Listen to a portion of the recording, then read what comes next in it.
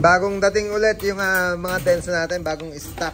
Marami tayo sa Balwate mga kabisyo. Meron din yung Mike Boys, Kalembang. Yan, binidyo ko naman to yung Mike Boys number 1, Mike Boys number 2. Dalawang klase kasi yung tone niya or yung sinasabi nung salita. Ito ba, bay? Unay mo nga ito. Ito, bay. Yung mga backlight. Karire mo nga, Andy. Buksan mo na.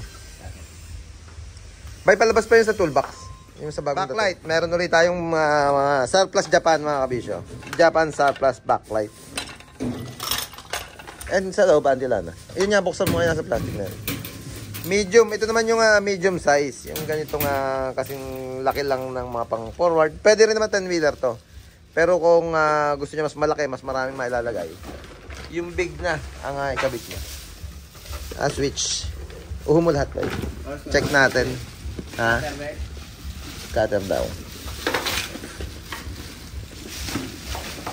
Yan. Pag meron kayo kailangan dito sa nakita nyong mga accessories, tawag lang kayo sa number na naka-flash palagi sa screen natin. Ito yung yung sa pintuan. Door light ng Giga. Yung cover. Chrome. Ship na chrome naman yan. Doorstep original. Yung step cover. Chrome ng headlight. Yung gantong headlight yan mga kabisyo.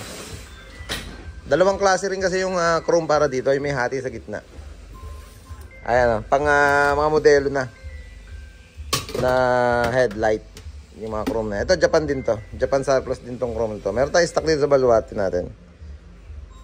Yan. Accessories.